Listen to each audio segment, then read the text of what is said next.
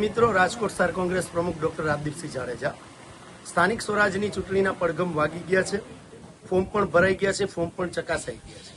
જ્યારે ભારતીય જનતા પાર્ટી ભ્રષ્ટાચારી શાસન રાજકોટના લોકો પણ જાણી ગયા છે, ત્યારે જ્યારે ફોર્મ ચકાસણીના દિવસે અમારા 2-3 ઉમેદવારોને ધાક ધમકીવાળા ફોન પણ આવ્યા, ક્યાંય ને ક્યાંય તંત્ર દ્વારા પણ આનો ઉપયોગ કરવામાં આવેલો।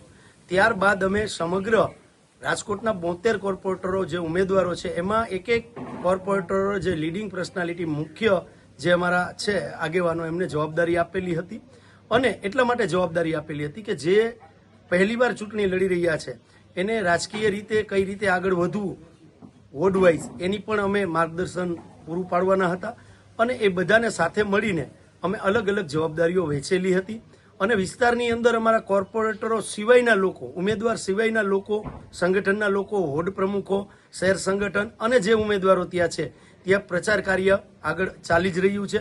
શહેર કોંગ્રેસ કાર્યાલય પણ ખુલ્લું જ છે અને ત્યાંથી પણ સંગઠનનું કામ ચાલી રહ્યું છે, પ્રચાર કાર્ય પણ ચાલી રહ્યું છે। પણ ભારતીય જનતા પાર્ટી દ્વારા લોકશાહીનું ચીરહરણ કરવાના પ્રયત્નો થઈ રહ્યા હતા એટલે અમે અમારા ઉમેદવારોને ખોટી રીતે માનસિક રીતે કોઈ હેરાન ન કરે એટલે સ્ટ્રેટેજીના ભાગરૂપે અમે આ કાર્યક્રમ કરેલો છે। અને ભારત દેશ છે એ સમગ્ર વિશ્વની અંદર લોકશાહી ધરાવતો દેશ છે। જ્યારે દેશની અંદર અંગ્રેજોનું શાસન હતું ત્યારે પણ કોંગ્રેસ લડી અને આ દેશને આઝાદી અપાવેલી હતી।